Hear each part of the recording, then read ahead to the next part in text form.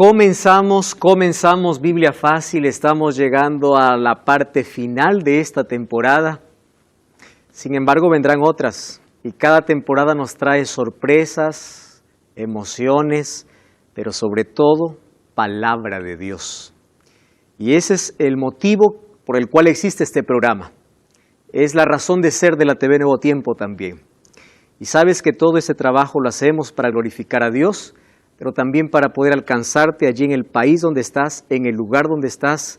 Si nadie toca a tu puerta para alcanzarte la palabra de Dios, gracias por permitirnos entrar directo ahí hasta la sala, hasta tu cuarto, para poder estudiar la Biblia.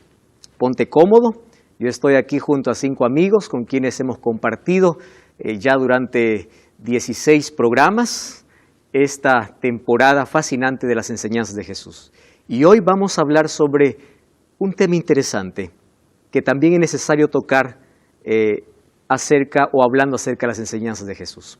¿Cuáles son algunas tradiciones que aún se mantienen porque Jesús los aprobó? Cuando hablamos de tradiciones voy a hablar de ritos y ceremonias de manera específica.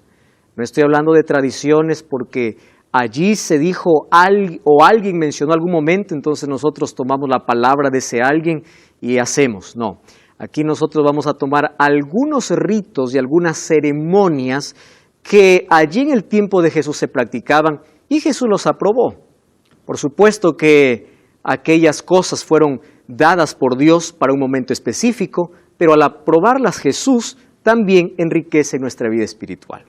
Y ese es el tema que hoy vamos a tocar. Para ello vamos a abrir la palabra de Dios y antes yo quiero mostrar el curso bíblico con el cual hemos estado durante toda esta temporada, estudiando aquí, Enseñanzas de Jesús. Tú puedes solicitarlo de manera gratuita, enviándonos allí un mensaje a nuestro WhatsApp, que es el más 5512-98-100-1460. Solicítalo ahora mismo y te llegará el curso bíblico. Para abrir la palabra de Dios, dar cuenta, van a encontrar allí, de que hay sábados donde la iglesia se abre y por allí se celebra algún rito o alguna ceremonia. Estoy hablando de la iglesia adventista, ¿verdad? Entonces por allí hay algunas personas que dicen, ¿y de dónde salió eso? ¿Tiene su base en la palabra de Dios? Y supuestamente, hay algunos que dicen así, si supuestamente todo lo que ustedes hacen está en la Biblia, ¿por qué hacen esto y lo otro? Pues hoy queremos explicar cómo algunos ritos y ceremonias hoy son celebradas, hoy son dadas en la iglesia y fueron autorizadas por Jesús. Para ello vamos a ver cuál es el primero. Éxodo capítulo 13, versículo 1 y 2, dice así: Jehová habló a Moisés diciendo, conságrame todo primogénito. Ojo, es Dios hablando con Moisés. Esto fue dado ¿para quién? Para el pueblo de Israel. Conságrame todo primogénito, cualquiera que abre matriz entre los hijos de Israel, así de los hombres como de los animales, es mío. ¿Qué cosa era la palabra consagrar?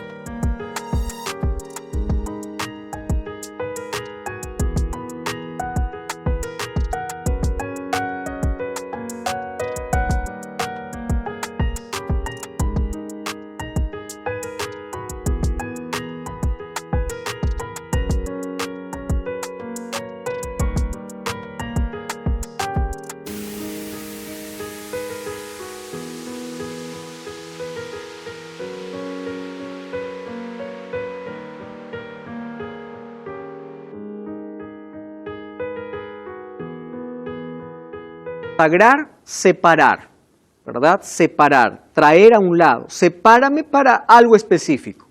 Entonces, una costumbre que tenía el pueblo de Israel era que todo primogénito tenía privilegios extraordinarios. Ser primogénito traía un privilegio grande en todas las áreas, por eso es que allí Jacob anheló la primogenitura y Esaú lo vendió por un plato de lentejas, ¿no? Un dato curioso que encontramos incluso desde el libro de Génesis. Bueno, aquí Dios dice, sepárame o conságrame todo primogénito. Eso era una costumbre en el pueblo de Israel. La pregunta es, ¿continúa hasta hoy siendo todo primogénito de Dios? Todos los seres humanos pertenecemos a Dios y todos somos de Dios. Solo que esta costumbre tenía que ver con un asunto específico en un momento de la historia. Ahora, ¿qué cosa sucede en el Nuevo Testamento? Lucas capítulo 2, versículo 22 y 23, dice así, cuando se cumplieron los 8 días de la purificación, recuerden que estos eran leyes de Moisés, o que Dios dio a Moisés, conforme a la ley de Moisés, le trajeron a Jerusalén para presentarle al Señor. Este texto ya no está en el Antiguo, sino donde está en el Nuevo Testamento. Como está escrito en la ley del Señor, todo varón que abriere la matriz será llamado santo del Señor. ¿A qué estaba haciendo referencia Lucas? A lo que dice Éxodo. Entonces, ¿qué cosa hicieron María y José, padre y madre de Jesús? Ellos siguieron este ejemplo. Incluso había en este rito de consagración, ellos tenían que ofrecer un sacrificio, llevaban una ofrenda. Y como María y José eran pobres, dice que ellos apenas llevaron un par de palomas o palominos, ¿verdad? Y allí en ofrenda para poder ofrecer o para poder presentarlo al Señor. ¿Jesús fue bautizado a esa edad? No, Él fue presentado. Entonces, tomando el ejemplo de Jesús, nosotros creemos en algo, de que no solamente el primogénito, sino que todo niño que nace en un hogar cristiano, porque aquí son los padres quienes eligen, pueden en la iglesia hacer una oración de dedicación al Señor. ¿Cómo así? El deseo de los padres es que este niño pueda crecer, ¿dónde? En los caminos del Señor. ¿Qué cosas hacen los padres? Lo presentan ante toda la iglesia presentando ese deseo. ¿Y saben qué cosa es lo lindo? Aquellos que tenemos el privilegio, ¿no?, de haber nacido en un hogar cristiano, nuestro primer lugar de adoración fue la casa, la segunda fue la iglesia. Y se dice que nosotros tenemos 3 escuelas en la vida. La primera es la escuela del hogar, es la iglesia del hogar en sí, ¿no? La iglesia de la casa y la escuela de la casa. Ahí aprendemos todo. Aprendemos a hablar, aprendemos del ejemplo de los padres, aprendemos todo a dar nuestros primeros pasos. Pero nuestra segunda escuela debe ser la iglesia. Porque en la iglesia aprendemos a adorar. Y todos los seres humanos nacimos ya con el deseo de adorar. Y tenemos que aprender a adorar. Y por eso el privilegio que tenemos, aquellos que hemos nacido en un hogar cristiano, es que en esa escuela hemos aprendido. Hemos aprendido a cantar, hemos aprendido a orar, hemos aprendido principios. Y mientras más temprano uno aprende, la mente está más receptiva para poder aprender y comprender aquellos principios que de alguna manera marcan la diferencia en nuestro crecimiento, en nuestro desenvolvimiento. Entonces, ¿cómo expresan los padres el deseo de que los hijos puedan vivir delante del Señor? Cuando se van a la iglesia y de pronto allí el pastor entonces, o el líder, hace una oración, solo que en esa oración está expresando el deseo de los padres y los padres los llevan a la iglesia porque ellos hacen un compromiso en sí. El compromiso no es con el niño, el compromiso es con los padres. Se ora por el niño, pero quienes se comprometen son los padres. Yo ya hice la dedicación de niños, ¿no?, a muchos padres que me pidieron delante de la iglesia, pero antes yo les digo, miren, delante de toda la iglesia ustedes se van a comprometer a, ¿cuál es el compromiso? Ustedes son el ejemplo, ustedes tienen que abrir la Biblia, ustedes tienen que enseñar. ¿Por qué? Cuando Dios le dice a Israel, oye Jehová, tu Dios uno es, le dice, amarás a Jehová de todo tu corazón, y luego le dice, le enseñarás a tus hijos.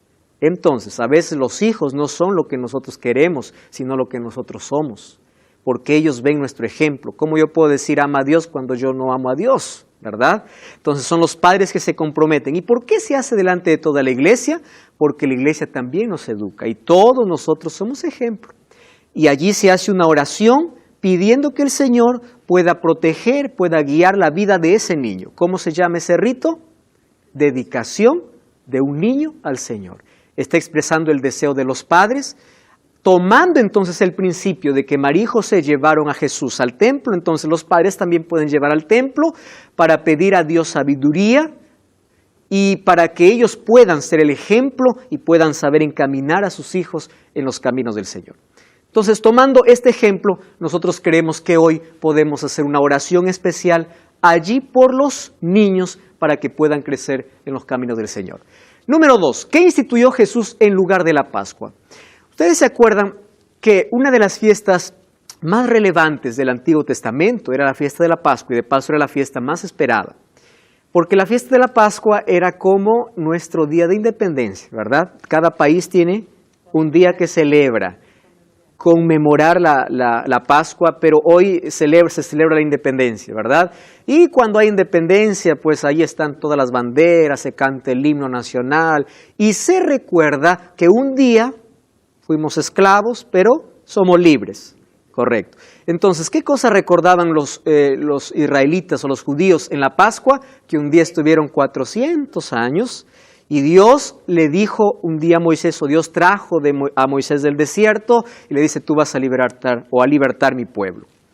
¿Cómo lo hizo? Allí mostró bajo 10 plagas su poder. Pero esas 10 plagas eran 10 oportunidades para hacerle comprender a Faraón de que Él es Dios. Porque Faraón desafió a Dios en Éxodo capítulo 5, versículo 2. Dice, ¿quién es Dios para que yo le escuche?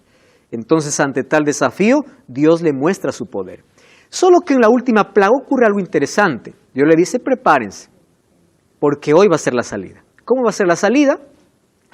Todos ustedes van a matar un cordero y van a colocar la sangre, o van a manchar con la sangre el umbral o la puerta de su casa.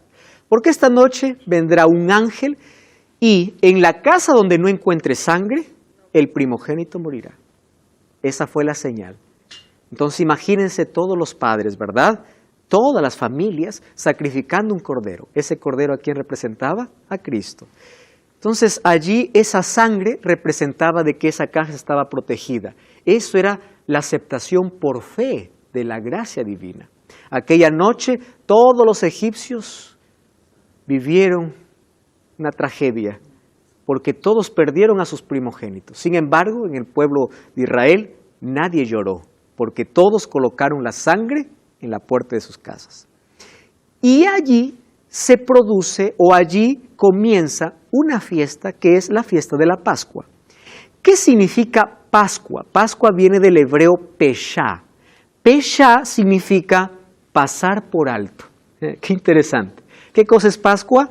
Peshá, pasar por alto. ¿Qué cosa pasó por alto? Las casas pintadas con sangre. Hoy algunos celebran la Pascua, pero lo celebran de una manera diferente, ¿no? Hoy se hace énfasis en chocolates, huevos, en cualquier otra cosa. El sentido de la Pascua era celebrar la liberación, la libertad del pueblo. Muy bien, y a partir de allí tenían una fiesta que duraba días, comían hierbas amargas para recordar la esclavitud, panes sin levadura. Solo que cuando Jesús vino, Él también celebró la Pascua. Solo que ahora, antes de la Pascua, sabiendo que su hora había llegado, dice el libro de Juan, Él dijo a sus discípulos, quiero hacer una cena. Y Él instituyó la cena en lugar de la Pascua. ¿Cómo? Ahora lo vamos a comprender. En Juan capítulo 13 dice, se levantó de la cena, se quitó su manto, tomó una toalla, luego puso agua en un lebrillo, comenzó a lavar los pies de los discípulos y a enjugarlos con toalla con que estaba ceñido. Y en el versículo 15 dice, ejemplo os he dado, miren lo que dice Jesús, para que como yo os he hecho, vosotros también lo hagáis. Entonces, la Pascua, ¿a quién apuntaba? Al Mesías en sí también, ¿verdad? Porque la muerte del Cordero, ¿a quién representaba? A Cristo.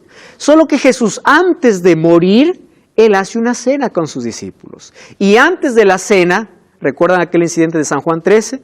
Pedro no quiere que Jesús le lave los pies. Le dice, tú no me lavarás jamás. Todos estaban reunidos y una costumbre, parte de la cultura, era de que todos tenían que lavarse los pies cuando llegaban a un lugar de paso. Ahí no había zapatos, ¿verdad? Y caminar en aquel árido desierto, en los lugares llenos de polvo, representaba tanta suciedad que cada casa incluso tenía un esclavo. Y el esclavo, él era el encargado de poder lavar los pies de todo aquel que llegaba. Solo que en esa casa donde Jesús estaba con sus discípulos no había ningún esclavo. Y todos se miraban, estamos con pies sucios. ¿Y quién va a lavar ahora? ¿Quién? Yo no. Tú, no, yo tampoco. ¿Cómo yo? Eso hace un esclavo, pero aquí nadie es esclavo. ¿Y cómo me impresiona? Hay cosas que Jesús no habla, hace. Y cuando hace, rompe el corazón. Jesús se levanta. Al ver que todos se miran, Él deja su manto. Dejar su manto está dejando su autoridad, ¿verdad? Y Él se torna, entre comillas, un esclavo. Porque imagínense la reacción de los discípulos. Toma el agua y se va al primero de sus discípulos y dice, dame tu pie. Es el maestro. Es Jesús. Por eso cuando llega Pedro dice, no, Señor, tú no me lavarás. Y Jesús le dice, mira Pedro, quiero decirte algo. Si tú no te dejas lavar los pies, no tendrás parte conmigo en el cielo. Le dijo, si es así, lávame desde la cabeza, le dice Pedro, ¿no? No, le dice, tú no necesitas lavarte la cabeza. ¿Por qué los pies? Porque si hay dos cosas que se nos ensucian tan fácil, en todo momento son las manos y los pies. ¿Verdad? Mucho más en la cultura en la cual ellos se desarrollaron. Entonces Jesús lava los pies de sus discípulos, solo que allí dice, ejemplo os he dado para que como yo he hecho, vosotros también hagáis. ¿Y qué hizo después? Jesús tomó la cena con sus discípulos. Primera de Corintios 11:23. Miren lo que dice el apóstol Pablo. Esto está en el Nuevo Testamento, Jesús ya resucitó. Ahora, esto lo celebraban la Iglesia Apostólica. Si se lo celebra la Iglesia Apostólica, entonces nosotros debemos seguir el ejemplo. El libro de Primera de Corintios, capítulo 11, versículo 23. Si alguien lo tiene, también puede ayudar a leer. Sebastián. Porque yo recibí del Señor lo que también os he enseñado, que el Señor Jesús, la noche que fue entregado, tomó pan. ¿Qué cosa dice el apóstol Pablo? Yo recibí del Señor aquello que yo les estoy enseñando. Es decir, lo que yo les estoy enseñando, no crean que es un invento mío. ¿Quién lo practicó? Jesús. ¿Y qué cosa hizo? Dice, habiendo dado gracias, tomó el pan y le dijo, tomad, comed, esto es mi cuerpo que por vosotros es partido, haced esto en memoria de mí. Tomó de la copa, después de haber cenado, dijo, esta es la copa del nuevo pacto en mi sangre, haced todas las veces. Miren lo que dice Jesús. Presten atención. ¿Qué cosa dice? Haced todas las veces. Es decir, Él está instituyendo. Solo que en lugar de la Pascua que representaba la muerte de Cristo, si la Pascua apuntaba a la cruz, la cena, ¿qué cosa apunta? La segunda venida de Jesús. Por eso dice, haced esto todas las veces que bebáis en memoria de mí. Versículo 26 dice, todas las veces que coman este pan y beban esta copa, la muerte del Señor anuncian hasta que Él venga. ¡Qué lindo! Entonces, participar de la cena del Señor es uno de los ritos que Jesús nos enseñó. ¿Cómo se practica? Allí nosotros vemos en Marcos capítulo 14, dice que después que Jesús tomó el pan y bebió del vino, dice, no más tomaré del jugo de la vid, ¿hasta cuándo? Dijo, hasta el día que yo nuevamente lo haga, pero con los redimidos en el cielo. Por eso es que en Apocalipsis 19 dice, bienaventurados los que son llamados a la cena de bodas, porque en el cielo hay una recepción interesante y Jesús está preparando para cenar una vez más con nosotros allá. Ahora, por eso que cuando vas a una iglesia vas a encontrar de que hay sábados donde hay cena del Señor. Y antes de la cena, ¿qué cosa hay? Lavamiento de pies. ¿Qué significa lavar los pies? Un acto de humildad. Es el rito de humildad. Y después se toma un poco de pan sin levadura, que es el símbolo del cuerpo de Cristo, y se bebe jugo de uva sin fermentar, que es el símbolo de la sangre de Cristo, y así renuevo mi pacto, mi compromiso con Dios. Entonces, cada vez que hay una cena del Señor, es la oportunidad para renovar nuestro compromiso con Dios.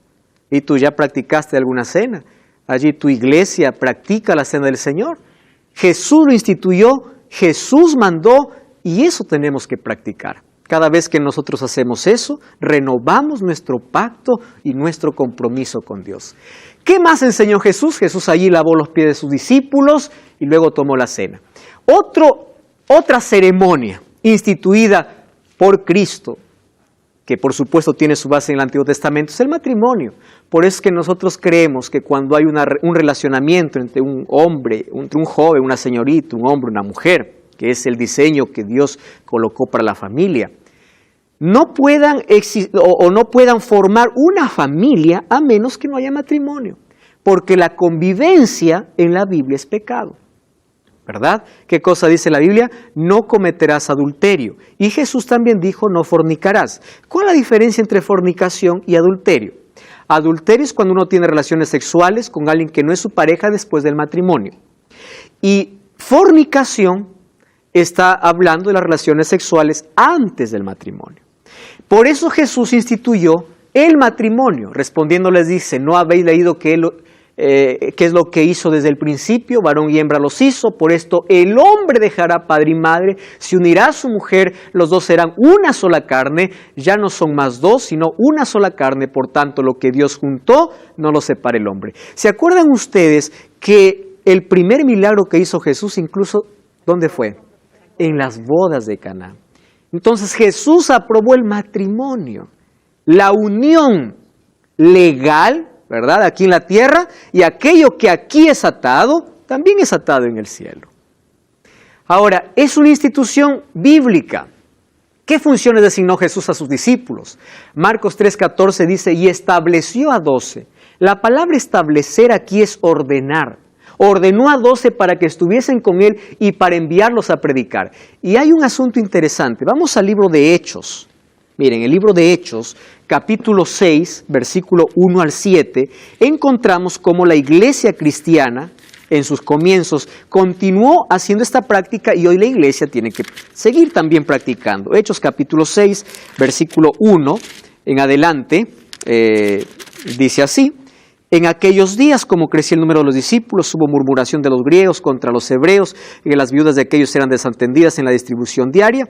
Los 12 convocaron a la multitud de los discípulos y dijeron, no es justo que nosotros dejemos la palabra de Dios para servir a las mesas. Buscad entre vosotros 7 hombres de buen testimonio, llenos del Espíritu Santo, de sabiduría, a quienes encarguemos este trabajo. Entonces nosotros persistiremos en la oración y el ministerio de la palabra. Agradó esta propuesta a la multitud, eligieron a Esteban, hombre lleno de fe y del Espíritu Santo, a Felipe, Prócoro, Nicanor, Timón, Pármenas, Nicolás, prosélito de Antioquía. A estos lo presentaron ante los apóstoles, quienes orando les impusieron las manos. ¿Qué cosa estaban haciendo? Lo estaban separando para una función específica. Entonces, cuando vamos a la iglesia vamos a encontrar que algunas veces en el año existen algunas funciones que necesitan de una separación especial, para un servicio específico. Entonces allí se impone las manos, no significa que el poder viene por las manos que se le impone, es un símbolo, ¿verdad?, de que recibe el Espíritu Santo. Y ahí no hay ningún escándalo, no hay ningún laberinto, hay una oración. Y en esa oración se pide que el Espíritu Santo pueda estar en la vida de esas personas a quienes han sido separadas para un ministerio específico.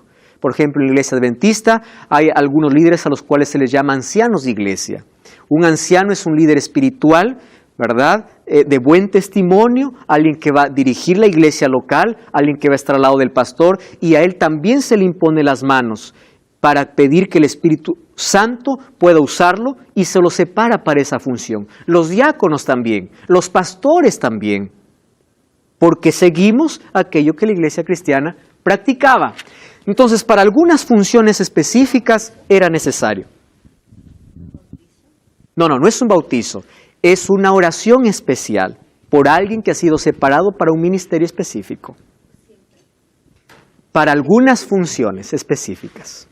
Y en relación a los ancianos y todo, ¿cómo se le puede escoger? En la Biblia indica sí, qué personas la Biblia serían. Ya está hablando de líderes, de ancianos en la iglesia primitiva. ¿Correcto? Entonces, de acuerdo a sus dones, de acuerdo al ministerio, incluso, ¿recuerdan de los dones espirituales que hablamos, dados por el Espíritu?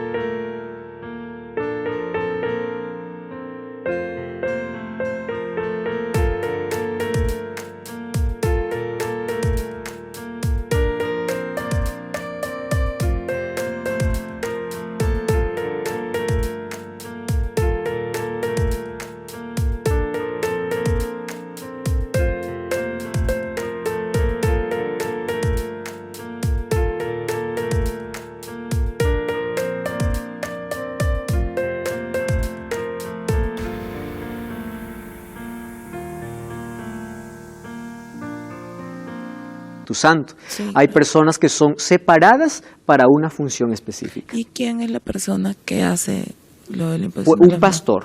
Un pastor. pastor a ¿Y otro. por qué lo hace un pastor? Porque un pastor también recibió una imposición de manos. Ojo, cuando nosotros hacemos una imposición de manos, no estamos diciendo que yo estoy dando mi poder, ¿correcto? No, porque el ser humano no tiene poder. Eso es un rito, una ceremonia, tomando como el bautismo, que es un símbolo, ¿verdad? Entonces yo estoy colocando mi mano siguiendo este ejemplo, pidiendo que el Espíritu Santo coloque en su vida, su mente, o pidiendo que el Espíritu Santo tome su vida, tome su mente para que pueda liderar en ese ministerio al cual ha sido separado. ¿Correcto? Ahora, ¿qué más tenemos? Santiago 5:14 dice, ¿está alguno enfermo entre vosotros? Llame a los ancianos de iglesia y oren por él, ungiéndole con aceite en nombre del Señor. Entonces, el ungimiento de los enfermos es un rito o una ceremonia autorizada por la palabra de Dios. Cuando un miembro de iglesia, un cristiano o una persona, incluso que no ha ido a la iglesia, pero acepta a Jesús y pide que un líder espiritual venga, ¿verdad?, y pueda orar y le pueda ungir, cuando el pedido es del enfermo, nosotros vamos. Yo ya ungí a muchas personas. Entonces, ¿cómo se hace? Se reúne a toda la familia, se pide perdón entre todos, porque la persona tiene que estar en paz con sus semejantes, con su familia, con Dios, y después se lee un texto bíblico, se hace una oración, y en esa oración se pide la voluntad de Dios. En el ungimiento, la persona enferma está entregándose por completo a la voluntad de Dios. Hay personas que después de ser ungidas mueren, después de minutos. Yo ungí hace algún tiempo una persona que estaba consciente, por supuesto. Le hice unas preguntas, aceptó a Jesús, aceptó como su Salvador, había arrepentimiento. Yo le ungí y después de una hora falleció. Entonces, uno se entrega a la voluntad de Dios. ¿Cómo es el ungimiento? Se lee el texto bíblico, un texto de esperanza, ¿verdad?, que si nosotros descansamos en el Señor, un día resucitaremos. Y esa persona enferma abraza esa esperanza. Se coloca un poco de aceite, no es cualquier aceite, es el aceite más puro, que es el aceite de oliva. Se le coloca un poco sobre la frente y también eso es un símbolo del Espíritu Santo en la vida de la persona. Porque aquí dice, ungiéndole con aceite en el nombre del Señor. Entonces hacemos una oración y esa persona se ha entregado por completo a la voluntad divina. Presten atención, ya se dieron cuenta entonces que hay ritos y ceremonias desde que el cristiano nace, incluso hasta cuando muere, ¿verdad? Son cosas que enriquecen nuestra experiencia espiritual. Cuando uno nace es presentado delante del Señor. Cuando uno crece, ¿qué cosa sucede? Y quiere casarse, existe el matrimonio. Cuando uno está enfermo, existe el ungimiento. Cuando hay una función específica, existe la ordenación. Y nosotros tenemos que practicarlas en el Señor. Son cosas que enriquecen la vida espiritual. Hay personas que dicen el cristianismo es aburrimiento. Ustedes no saben lo que están perdiendo. Ustedes no saben cómo hay cosas en la iglesia que son instituidas por Dios. Ya estamos de regreso. Este es tu programa de Biblia Fácil. Estamos llegando a la parte final de esta temporada. Y hoy estamos hablando sobre un tema importante de algunos ritos y ceremonias que enriquecen nuestra experiencia con Dios. Y todos estos ritos y ceremonias fueron dadas por Cristo, fueron establecidas por la palabra de Dios para que cada día nosotros podamos tener una nueva experiencia. Ya se dieron cuenta que la vida cristiana es una vida dinámica, de crecimiento continuo, y hay cosas que realmente hacen que nosotros podamos vivir aquella experiencia en intensidad. Yo les estaba diciendo antes de ir a la pausa que hay muchas personas que piensan que ser cristiano es una persona que no tiene vida, es una persona que vive en el aburrimiento, es una persona que no sabe qué hacer con su vida. Es como si yo tuviese una naranja y por su color dijera, esta está fea. A menos que tú no lo pruebes de verdad, entonces no vas a emitir un juicio.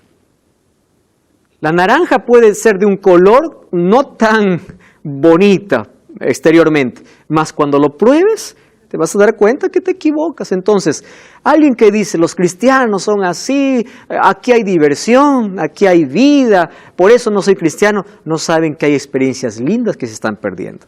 Y en la iglesia nosotros tenemos actividades para todos, para niños, para jóvenes, adolescentes, adultos. Tenemos campamentos, tenemos recreación, ¿verdad? Y la recreación es sana, que tiene un propósito. Miren, yo no llamo diversión a sacrificar mi salud amaneciéndome, por ejemplo, todo un fin de semana, ¿verdad? En un lugar, dejando de dormir y allí matando mis células, mis neuronas con el alcohol. Eso yo no llamo diversión, eso yo llamo autodestrucción. Entonces, después que pase el alcohol, ¿cuál fue la ganancia? Al perder sueño me estoy envejeciendo, estoy atentando contra mi salud, me vuelvo más irritado en todo. Eso no es diversión, eso es autodestrucción. Y el alcohol, hay estudios que muestran que mata neuronas. Entonces, aquello que se llama diversión en sí es condenación. ¿Qué cosa es realmente experiencia con Dios? Son aquellos detalles que incluso Dios colocó para que en mi caminar a su lado, en ese proceso de estudiar la Biblia, de orar, pueda tener otra experiencia. Ustedes no saben qué lindo es participar de la Cena del Señor. Es extraordinario. Recordar el sacrificio de Jesús, cómo fue lo que Jesús hizo en el pasado. Y saber de que a través de eso estoy anunciando su muerte hasta el día de su venida. Y saber que un día la cena ya no será aquí en la iglesia, sino en la cena estará Cristo mismo.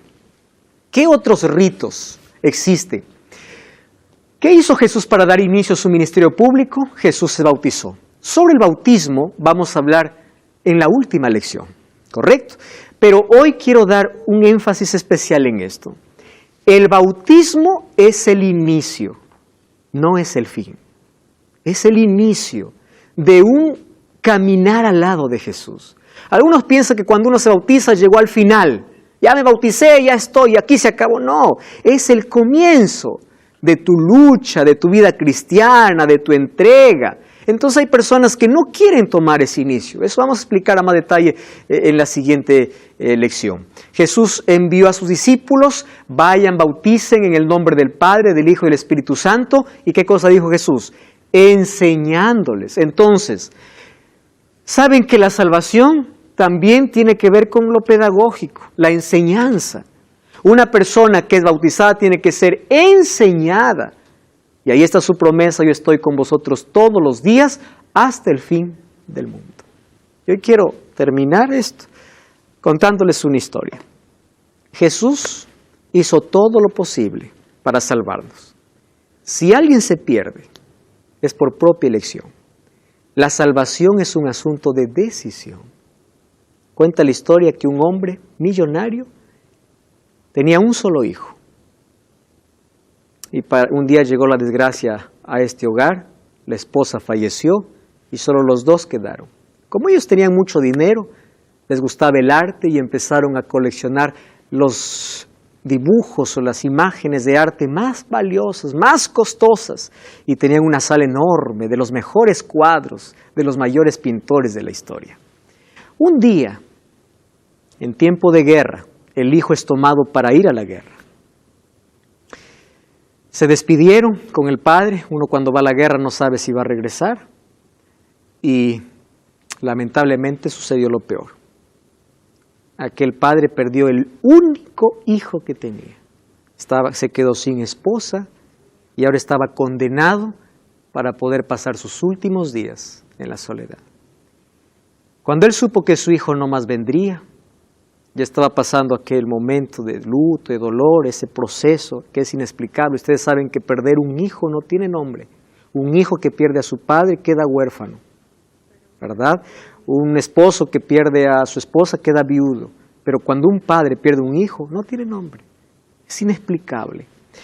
Entonces, un día alguien tocó el timbre de su casa, él abrió y encontró a un muchacho que estaba con muletas porque no tenía una pierna. Mas tenía allí en su mano un cuadro. Le dice: Señor, usted no me conoce, pero quiero presentarme. Yo fui soldado y yo conocí a su hijo. Y hoy he venido para decirle que allí en la guerra, cuando el enemigo estaba, yo era el blanco del enemigo, su hijo apareció y me cargó porque yo había perdido una pierna. Y él, cuando me cargó, me lanzó a un lado más seguro, solo que la bala llegó para su hijo. Es decir, su hijo murió por mí. Su hijo murió por mí. Y yo desde allí no he podido dormir, le dice este muchacho. Perdóneme que venga a hacerle recordar, solo yo vine a agradecerle. Y quiero que usted sepa que su hijo murió como un héroe, porque dio su vida por mí. Y yo quiero hacerle un honor. Yo aquí traje un cuadro, y en este cuadro está la imagen de su hijo. Y cuando el padre lo vio, era el rostro de su hijo. Abrazó a aquel muchacho, y aquella imagen, por supuesto, no estaba bien pintada, ¿verdad? Pero por lo menos estaba el retrato de su hijo. Y puso el retrato de su hijo entre las imágenes más costosas que él había coleccionado. Un día, este hombre millonario falleció. Entonces, él había dejado un testamento que toda su riqueza lo daría para una subasta. Y en todos los diarios salieron de que había una subasta de este millonario. Y la gente reunió todo su dinero, a aquellos que les gusta el arte, porque querían comprar las mejores obras que esta casa tenía. Sin embargo, cuando llegó aquel día y había una multitud, salió allí el encargado de hacer la subasta y dice, comencemos. La multitud estaba a la expectativa, ¿cuál es el primer cuadro en ser subastado? ¿Cuál es el primer cuadro? Entonces saca una imagen que nadie quiere. Es la imagen, aquel cuadro donde estaba el rostro del hijo. Y dice, tenemos que comenzar la subasta con este cuadro. Y cuando todos miraron el cuadro, dijeron, nosotros no hemos venido por eso. Queremos las obras mayores, las obras más grandes. Y él le dice, no, es imposible. Tenemos que comenzar por este. Alguien da 100, por lo menos 100. Nadie levantó la mano. Alguien da 50. Nadie. Todos estaban guardando para el premio mayor. Alguien da 10. Nadie. Allí lejos había un jardinero. Estaba haciendo su obra, su trabajo. Y cuando escuchó que nadie daba ni siquiera 10, él dijo, algo debo tener en la casa. Se fue, levantó la mano y dijo, 10 es todo lo que tengo. Y ahí una vez más se hizo énfasis. ¿Alguien quiere dar más de 10? Nadie. Entonces, vendido 10 a la 1, 10 a las 2, 10 a las 3. Aquel jardinero entregó los $10, tomó el cuadro y luego el juez dijo, señoras y señores, acabó la subasta. Y todos no entendían qué cosa estaba sucediendo. ¿Cómo que acabó la subasta si estamos esperando todos los cuadros más costosos, toda la fortuna? Y ahí explicó que aquel millonario, antes de morir en su testamento, escribió lo siguiente. Dejo toda mi fortuna en subasta, solo que toda mi fortuna depende de una sola cosa. Aquel que lleva al hijo, lleva todo. Y la subasta acabó. Queridos, nosotros en la vida perseguimos cosas. Queremos gloria, queremos dinero, queremos vida. Y todo eso Dios nos ofrece. Todo. Solo con una condición. Acepta al Hijo. Por eso la Biblia dice, quien tiene al Hijo, tiene todo. ¿Cuál es el problema? Nosotros queremos tener vida, salud, queremos tener felicidad sin Jesús. Y estamos persiguiendo, nos destruimos, buscamos algo que solo lo encontramos en Cristo. Y finalmente, ¿cómo terminamos? Sin nada. Porque aquel que no se relaciona con Cristo no tiene nada. No importa cuántos años estemos en una iglesia, no importa las obras que hagamos, sin Cristo no tenemos nada. Cristo es nuestro Salvador. Y hoy estamos llegando al final de esta temporada y hoy quiero desafiarte a ti. Sin Cristo no tienes nada. Tu filosofía no te va a salvar. Tu dinero no te va a salvar. Tu fortuna no te va a salvar. Las cosas que almacenes, que construyas en la vida, un día se van a perder. La vida es tan corta, pero tan corta. Pero es lo suficiente. ¿Sabes para qué es suficiente? Para amar, para servir a Dios. Y es suficiente para decidir la eternidad. Y hay una eternidad gloriosa, un mundo maravilloso. Solo que si tú quieres toda esa gloria, si tú quieres toda la eternidad, solo depende de una cosa. Quien